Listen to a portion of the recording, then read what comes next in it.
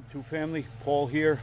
I'm doing some lights on a 01 E430 Mercedes W210 platform. I had to replace one of the running lights or the parking lights in there. That's a H6W bulb.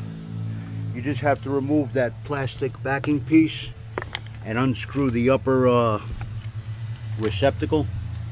This is it right here. It's a small bulb. It's right above the headlight. The bright bulb is a H11, and then I'm doing a side marker here.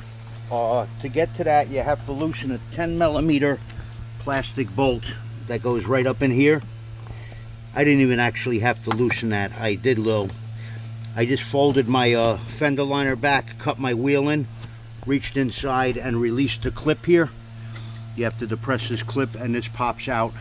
Then you can get the bulb out, and to return it back in, you just screw that back in, twist that in, and it'll clip back in and put your fender liner back.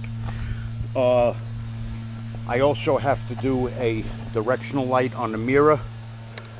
From what I've seen, you have to get back here, you fold the mirror all the way back, get a screwdriver and depress a small metal tab in there, and then the headlight cover comes off, the assembly comes off. So just a little bit of information on getting the parts off to get your light bulbs in your cars. Alright guys, short video. Thanks for watching. Please give a like and subscribe, and hopefully I can bring you some useful information. Take care guys. Getting ready to get the cheapest 430 on the road soon. Bye bye. LEDs with a little bit of a blue tint for the running lights. Gonna give them a try. The side marker bulb is a 12961. That's 12961. Okay, sorry about that. Bye bye.